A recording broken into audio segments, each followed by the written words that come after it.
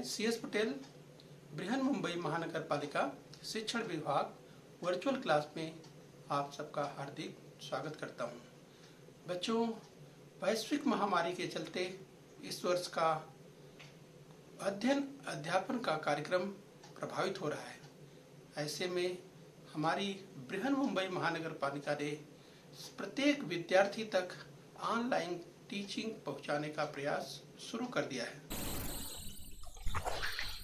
तो बच्चों, कक्षा 8वीं की बात करेंगे। स्क्रीन पर आप देख पा रहे हैं कक्षा 8वीं की भूगोल की पाठ्य पुस्तक। तो बच्चों, आज का विषय भूगोल, और भूगोल में आज हम देखेंगे बच्चों नवा पाठ मानचित्र मापनी। इस मानचित्र मापनी भाग 1 की बात करेंगे, यानी बच्चों मैप स्केल की बात करेंगे। मैप स्केल पार्ट 1 की बात करेंगे। इस बच्चों मैं CS Patel virtual training centre MCGM Mumbai से। तो चलिए बच्चों, स्क्रीन पर जरा ध्यान से आप चित्र देखिए, और बच्चों यहाँ पर जरा ध्यान से आप देखिए, आपको एक व्यक्ति चित्र निकालता हुआ, चित्र बनाता हुआ दिखाई देगा। तो चलिए हम आपको पॉइंटर की मदद से बताना चाहेंगे।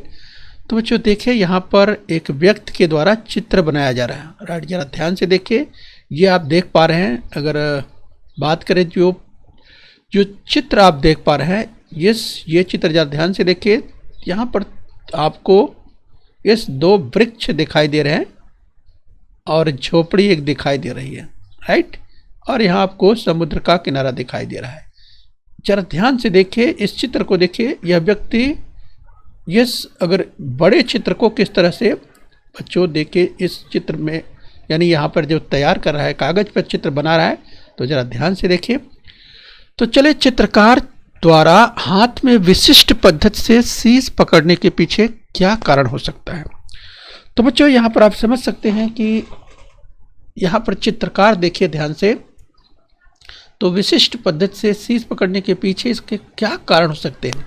तो बच्चों आप समझ सकते हैं कि इस बच्चों चित्र प्रामाणिक रूप से बन सके, तो इसलिए चित्रकार द्वारा इस पद्धति से शीश पकड़ा गया है। इतना बड़ा दृश्य कागज के एक भाग पर कैसे लिया होगा। तो बच्चों यहाँ पर आप देख सकते हैं कि इतना बड़ा चित्र, और आप देखेंगे इस बच्चों वैसा ही चित्र लेकिन छोटे रूप पर इस पेपर पर जो दिखाई दे रहा है। तो आप सोचिए कि आखिर में इतना बड़ा चित्र एक छोटे से कागज पर कैसे लिया होगा। तो बच्चों इसको समझ सकते हैं कि इसके लिए चित्रकार ने योग्य प्रमाण में इस चित्र को, अर्थात जो चित्र यहाँ पर कागज पर पेपर पर बना रहा है, उसको कम करके लिया होगा। और बच्चों एक प्रश्न और आपके मन में उठेगा कि विश्व के सभी देश एक ही मानचित्र पर कैसे देखे जा सकते हैं। इस बच्चों तो विश्व के सभी देशों की बात करें तो आप विश्व के सभी देश अगर देखें तो मानचित्र पर आप देख सकते हैं। ये पूरे विश्व का मानचित्र जो आपको स्क्रीन पर दिखाई दे रहा है, ये विद्यार्थियों के द्वारा देखा जा रहा है। तो देख सकते हैं बच्चों। यहाँ पर देखिए, उपर्युक्त दोनों चित्रों की बात करें, यानी इस चित्र की बात करें और इस चित्र की बात करें, तो उपर्युक्त दोनों चित्रों में समान कड़ी क्या है। तो बच्चों यहाँ पर आप समझ सकते हैं कि दोनों ही चित्रों में जमीन पर के जो प्रत्यक्ष अंतर हैं उनको योग्य प्रमाण में कम करके दिखाया गया है। इस बच्चों अगर हम बात करें, यहाँ पर जो विश्व को दिख रहा है, पूरे विश्व के मानचित्र को यहाँ पर दिखाया गया है इस पेपर पर। तो बच्चों पूरा विश्व, पूरी दुनिया तो बहुत बड़ी है, लेकिन इसको योग्य प्रमाण में कम करके दिखाया गया है। जिस तरह से यहाँ पर देख रहे हैं इस चित्र में चित्रकार ने जिस तरह से दिखाया है, और बच्चों उसी तरह से पूरे विश्व को जो है इस मानचित्र में किस तरह से दिखाया गया है। और बच्चों जैसा कि आप जानते हैं, ग्लोब तो आपने सुना ही है, भूगोलक आपने सुना ही है, और बच्चों पृथ्वी का स्वरूप कुछ इस तरह से है, और यहाँ जो भूगोलक है, ग्लोब है, इस पे भी विश्व बना हुआ है। ये हमें ध्यान रखना है। तो चलिए बच्चों, इसी क्रम में आज हम विस्तार से देखने वाले हैं। तो चलिए समझने का प्रयास करेंगे बच्चों।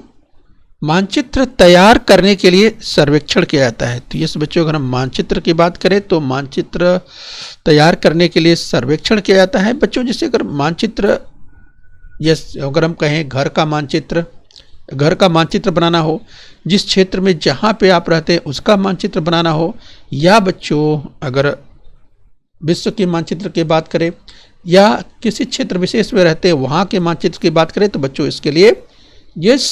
इसके लिए सहारा लेना पड़ता है बच्चों सर्वेक्षण का। और इसके लिए बच्चों कई विधियां हैं, जिन विधियों की हम बात करेंगे कि मानचित्र किस विधि से, किस पद्धति से कैसे तैयार किया जाता है, इस पाठ में हम विस्तार से समझने वाले हैं।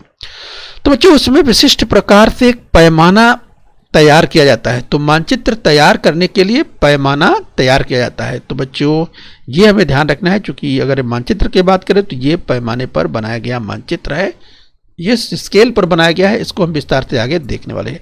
इस पैमाने के आधार पर मानचित्र तैयार कर पृथ्वी अथवा उसके किसी भी भाग के लिए मानचित्र बनाया जा सकता है। इस बच्चों पैमाने के आधार पर विश्व के किसी भी हिस्से की अगर बात करें, किसी द्वीप महाद्वीप की बात करें, किसी गांव जिले की बात करें, इस बच्चे तो पैमाने के आधार पर मानचित्र तैयार करना, यानी चाहे पृथ्वी का मानचित्र तैयार करना हो या उसके किसी भाग के लिए मानचित्र बनाना हो तो उसे आसानी से बनाया जा सकता है। तो चलिए बच्चों आगे हम समझने का प्रयास करेंगे। तो जरा ध्यान से इस चित्र को एक बार फिर से देखिए। तो बच्चों चित्रकार दृश्य का अनुमान करते हुए यहाँ पर आप देख सकते हैं जिनकी हमने बात की। सबसे पहले चित्रकार सामने जिस बच्चों दिखाई देने वाले दृश्य के आकार का अनुमान लगाता है। तो चित्रकार चित्र किस तरह से बनाता है, तो सबसे पहले सामने दिखाई देने वाले दृश्य के आकार का अनुमान लगाता है। इस बच्चों इसके बाद क्या करता है, उसके बाद कागज पर ढांचा तैयार करता है। इस कागज पर ढांचा तैयार करता है और चित्र और दृश्य में अनुपात दिखने के लिए चित्रकार ऐसा करता है। यानी जो चित्र दिखाई दे रहा है उसके सामने, यानी दृश्य दिखाई दे रहा है, जिस दृश्य का उसे चित्र तैयार करना है तो सबसे पहले उसका ढांचा तैयार करता है और चित्र और दृश्य में अनुपात दिखाने के लिए चित्रकार ऐसा करता है। तो चलिए बच्चों हम समझने का प्रयास करेंगे मानचित्र का इससे क्या संबंध है। उसके लिए एक कृति दी गई है, तो जरा ध्यान से इस कृति के बारे में देखिए। विद्यार्थियों की ऊंचाई को नापना कृति है। देखिए विद्यार्थियों की ऊंचाई नापने के लिए पट्टी की सहायता से भूमि से ऊपर 180 सेंटीमीटर तक कक्षा की दीवार पर एक चिन्ह बना लो। तो चलिए बच्चों ये कृति दी गई है, ये कृति वर्ग में कक्षा में की जा सकती है। राइट, यहाँ पर आप देख सकते हैं इस तरह से निशान लगाया जा सकता है। तो इस तरह से भूमि से ऊपर 180 सेंटीमीटर यहाँ पर निशान दीवार पर एक साइड जो है लगा लेना चाहिए। और इसके बाद क्या करना है, हर विद्यार्थी की ऊंचाई को नाप लेना है और इसके बाद निशान लगा लेना है। और उस दीवार की पृष्ठभूमि की सहायता से 5 के समूह बनाकर विद्यार्थियों के पूर्ण छायाचित्र लेना, यानी फोटो निकाल लेना है। इस 5-5 के समूह में जैसे विद्यार्थियों की संख्या हो इस तरह से कृति की जा सकती है। चलिए बच्चे इसके बाद क्या करना है, उस छायाचित्र की एक प्रति ले लेना है, यानी फोटो की बात हो रही है। और बच्चों तुम्हारे व तुम्हारे मित्र की ऊंचाई पट्टी की सहायता से नाप लेना है। इस बच्चों तो नापने के बाद तुम्हारी खुद की एवं मित्र की प्रत्यक्ष ऊंचाई एवं छायाचित्र में दिखने वाली ऊंचाई को दी गई तालिका के अनुसार, यहाँ पर बच्चों जैसे तालिका दी गई है, अब इस तालिका में भरना है और अनुपात की गणना करना है। ये जैसे बच्चों यहाँ पर उदाहरण दिया गया है गोपाल की ऊंचाई। तो बच्चों अगर गोपाल की ऊंचाई की बात करें, मान लेते हैं गोपाल नाम का एक विद्यार्थी है और उसकी ऊंचाई जो है कि अनुपात का जो ऊंचाई के अनुपात की गणना यहाँ पर दिखाई गई है। तो यहाँ पर देखिए क्रम संख्या है और विद्यार्थी का नाम है। जैसे गोपाल की बात करें बच्चों, छायाचित्र में दिखने वाली ऊंचाई, जिस बच्चों छायाचित्र में जो अर्थात जो फोटो की हम बात कर रहे हैं, तो फोटो में अगर ये गोपाल है, इसकी ऊंचाई अगर इस बच्चों 10 सेंटीमीटर, ध्यान से देखिए क्योंकि फोटो की बात हो रही है, छायाचित्र की बात हो रही है, तो उसकी ऊंचाई 10 सेंटीमीटर। लेकिन प्रत्यक्ष की ऊंचाई की अगर बात करें, प्रत्यक्ष ऊंचाई उसकी कितनी है, 130 सेंटीमीटर। तो गोपाल की प्रत्यक्ष ऊंचाई कितनी है, 130 सेंटीमीटर। लेकिन फोटो में उसकी जो ऊंचाई है उसे नापते हैं तो 10 सेंटीमीटर ही है। अब बच्चों अनुपात, यानी इस 10 सेंटीमीटर का 130 सेंटीमीटर से अनुपात निकालेंगे। तो अनुपात कितने का हो गया? 1:13। 1:13। ठीक है बच्चों, इसी तरह से प्रत्येक विद्यार्थियों का अनुपात ये निकालना है कि उसकी प्रत्यक्ष की जो ऊंचाई है, यहाँ पर जो निशान लगाए हैं, ये जैसे इस लड़की की ऊंचाई है, तो जितनी इस लड़की की ऊंचाई है ये तो बच्चों यहाँ आसानी से मापी जा सकती है। तो कितनी इसकी ऊंचाई है यहाँ पे लिख लेना है। कहाँ पे? यहाँ पे प्रत्यक्ष ऊंचाई सेंटीमीटर में लिख लेना। जैसे गोपाल की 130 थी, तो इस लड़की की ऊंचाई कितनी है वो लिख लेना है। इसके बाद इस फोटो में इसका जो, अगर फोटो की बात करें, फोटो में जैसे गोपाल 10 सेंटीमीटर, गोपाल की ऊंचाई फोटो में 10 सेंटीमीटर थी, तो इसकी कितनी है इस बच्चों, तो इस तरह से इसे लिख लेना है और इन दोनों का इसके बाद अनुपात निकालना है। गोपाल का इस तरह से जैसे 1:13 आया था, तो इसी तरह से प्रत्येक विद्यार्थियों के इस बच्चों क्या निकाल लेने हैं, प्रत्यक्ष ऊंचाई कितनी है वो निकाल लेने हैं, अगर 5-5 का समूह है, और इसके बाद छाया चित्र में कितना है, इसके बाद बच्चों अनुपात निकाल लेना है। तो इस कृति को बच्चों आपको स्वतः करने का प्रयास करना है। तो चलिए इस कृति को आप करेंगे तो इससे संबंधित आप तमाम चीज़ों को समझ पाएंगे कि किस तरह से प्रत्यक्ष ऊंचाई और जो फोटो में दी गई ऊंचाई है, यानी उसे आप मापेंगे तो आप देखेंगे अनुपात निकाल करके आपको समझ में आ जाएगा। आइए बच्चों, तो उपरोक्त तालिका के अनुसार तुम्हें प्रत्यक्ष ऊंचाई एवं छाया चित्र में दिखाई देने वाले ऊंचाई में कितना अंतर है ये आपको समझ में आ जाएगा। आपको यह भी समझ में आ जाएगा कि प्रत्येक विद्यार्थी की ऊंचाई एक ही अनुपात में छाया चित्र में कम दिखाई दी है। ये यानी अनुपात जो निकल कर आएगा बच्चों, ये सब देखेंगे कि प्रत्येक विद्यार्थियों की ऊंचाई एक ही अनुपात में छाया चित्र में कम दिखाई देती है।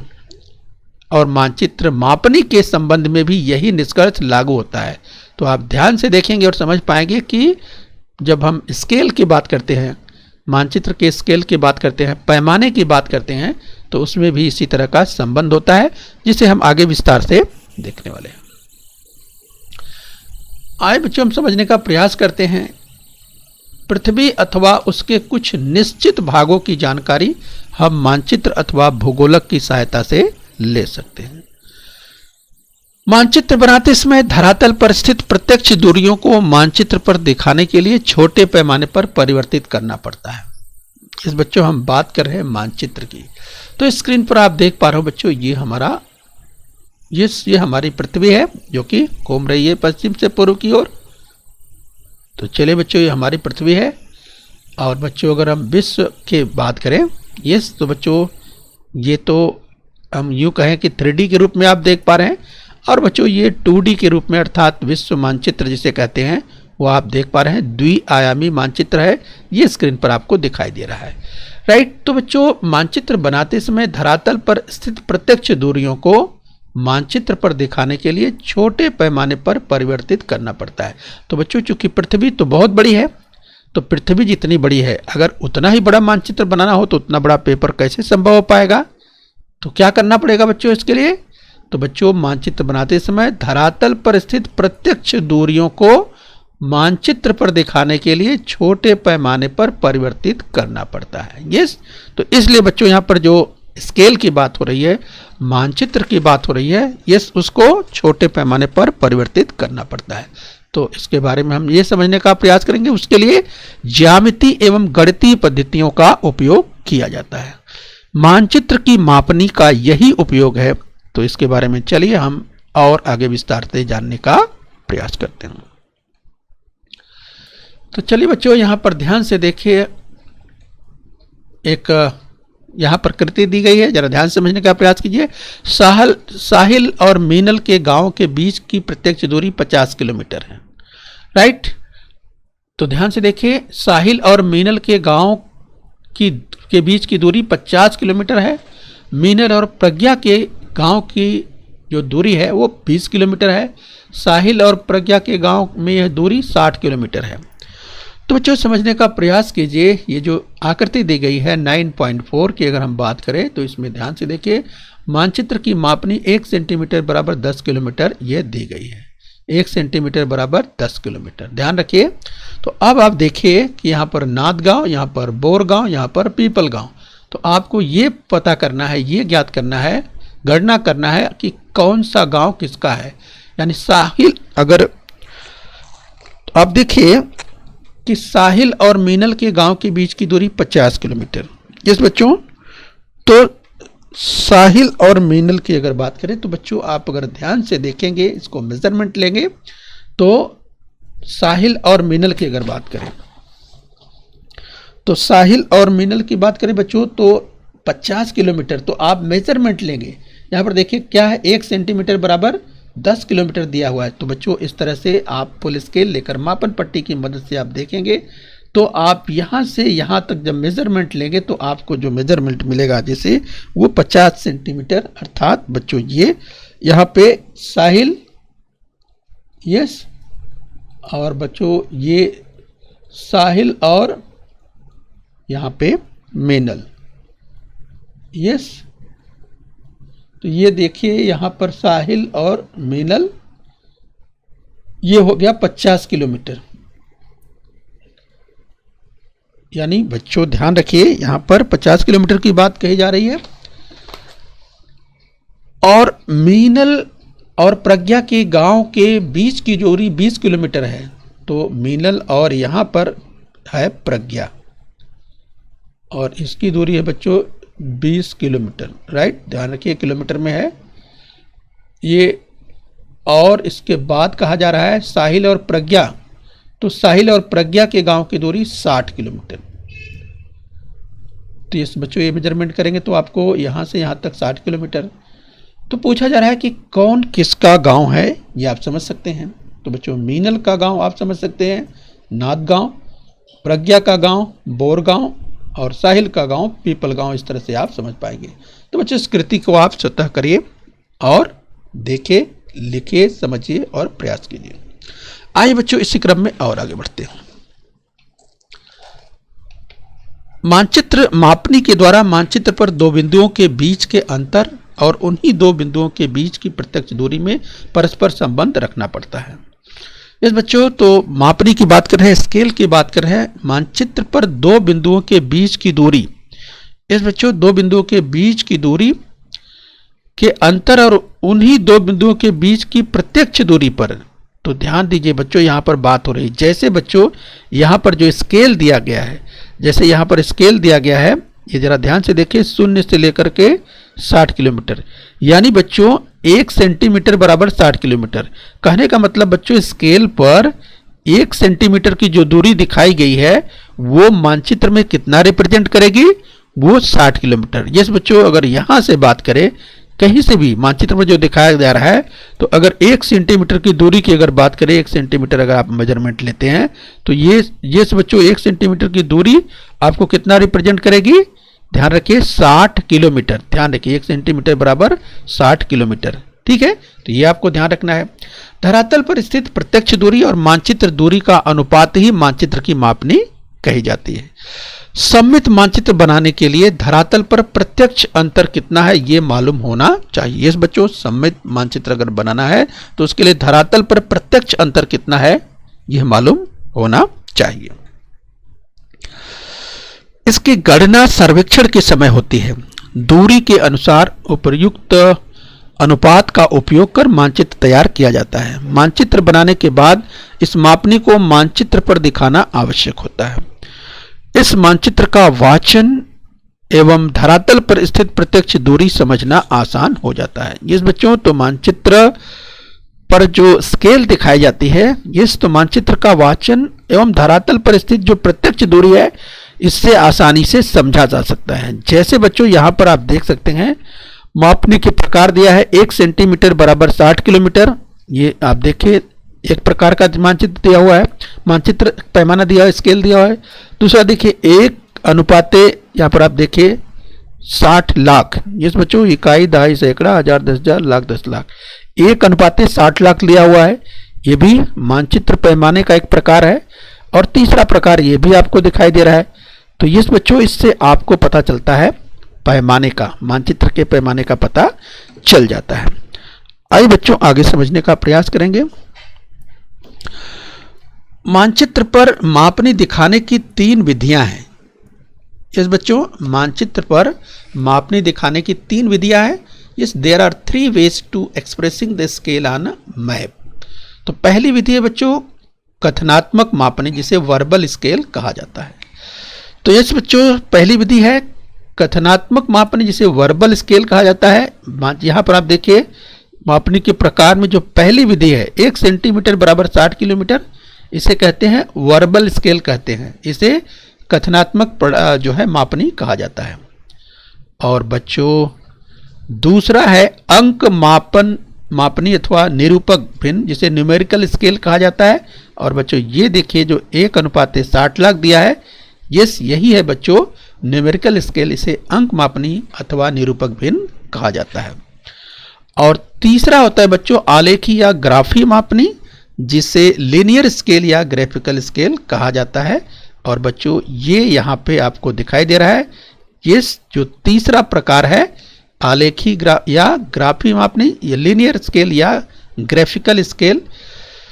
तो बच्चों इन तीनों अगर मानचित्र मापन की जो हम बात कर रहे हैं, स्केल की बात कर रहे हैं, तो इनके बारे में विस्तार से हम पार्ट 2 में देखने वाले हैं, अगले भाग में देखने वाले हैं। तो बच्चों आज हमने मानचित्र के बारे में, यानी मानचित्र के पैमाने के बारे में जो हम कर रहे हैं, यानी मानचित्र के स्केल के बारे में, मापनी के बारे में जो हम आज अध्ययन कर रहे थे, तो बच्चों हमने आज इसका केवल सामान्य परिचय सीखा है।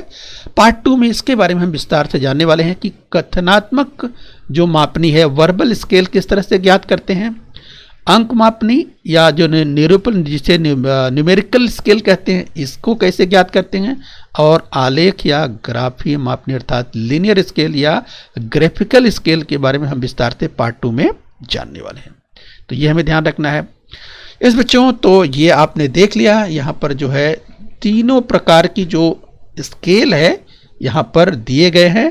इस बच्चों तो इनमें जो अंतर है इसके बारे में विस्तार से हम पार्ट 2 में देखने वाले हैं। ठीक है बच्चों, तो बच्चों हम उम्मीद करते हैं कि आज आपने मानचित्र मापनी के संदर्भ में जो अगर सामान्य जानकारियां हैं वो आपने प्राप्त कर लिया है। भाग 2 में आएंगे तो हम इसके बारे में और विस्तार से आगे जानने वाले हैं। ओके बच्चों, तो चलिए बच्चों इस क्रम में अब हम अभ्यास कर लेते हैं। आइए बच्चों, आपके सामने स्क्रीन पर एक कथन दिया है, तो आपको पहचानना है कि ये कथन सत्य है अथवा असत्य है। पृथ्वी अथवा उसके कुछ निश्चित भागों की जानकारी हम मानचित्र अथवा भूगोलक की सहायता से ले सकते हैं। तो याद कीजिए बच्चों, क्या ये कथन सत्य है अथवा असत्य है? पृथ्वी अथवा उसके कुछ निश्चित भागों की जानकारी हम मानचित्र अथवा भूगोलक की सहायता से ले सकते हैं।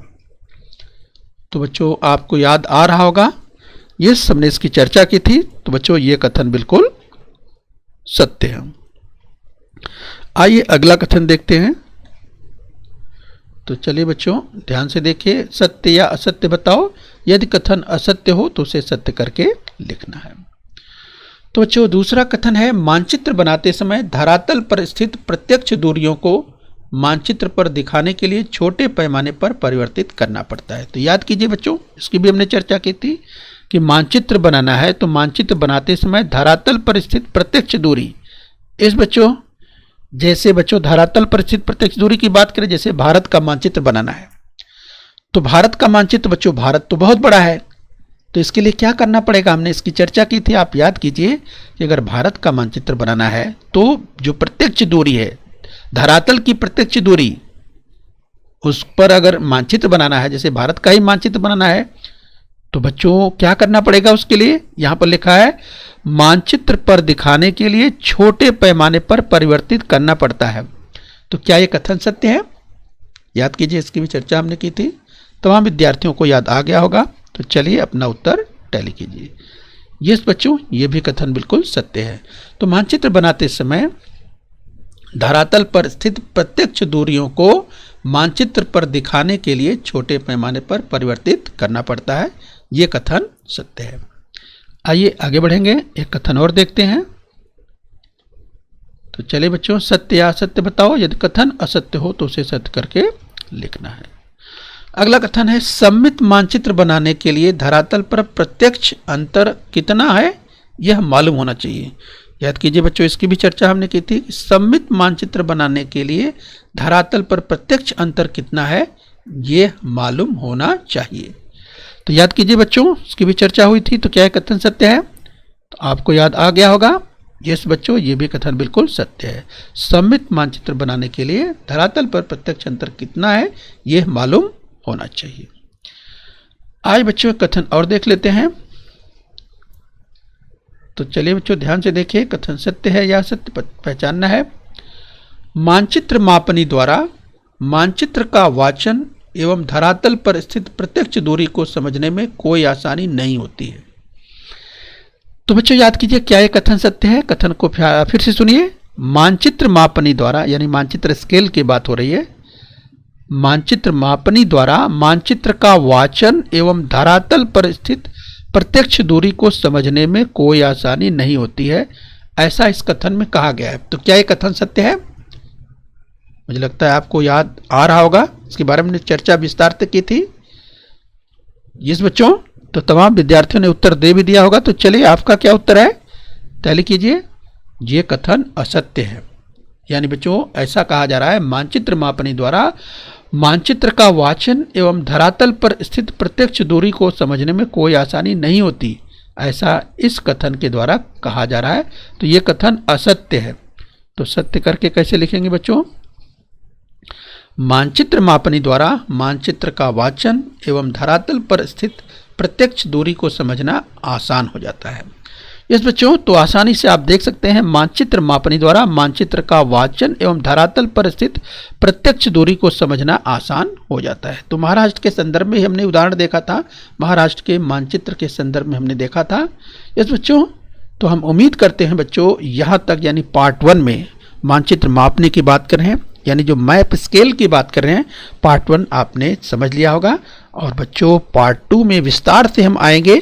तो विस्तार से हम बच्चों यस जो मैप स्केल के प्रकार हैं उसे हम समझने का प्रयास करेंगे, तथा बच्चों हम समझने का प्रयास करेंगे कि आलेखी मापनी का क्या महत्व होता है। ये हम पार्ट 2 में विस्तार से देखेंगे, तथा हम देखेंगे कि बृहद मापनी एवं लघु मापनी, इस बच्चों से हम समझने का प्रयास करेंगे, पार्ट 2 में विस्तार से देखने वाले हैं। ओके बच्चों, तो बच्चों अपने स्वास्थ्य का ध्यान रखिए। बृहन मुंबई महानगर पालिका के इस चैनल को सब्सक्राइब कर लीजिए। ओके बच्चों। बृहन मुंबई महानगर पालिका के इस चैनल को सब्सक्राइब कर लीजिए और बेल आइकन प्रेस कर लीजिए। तो बच्चों हम उम्मीद करते हैं यहाँ तक आपने समझ लिया है। आगे फिर मिलेंगे। आज के लिए इतना ही। Thank you very much.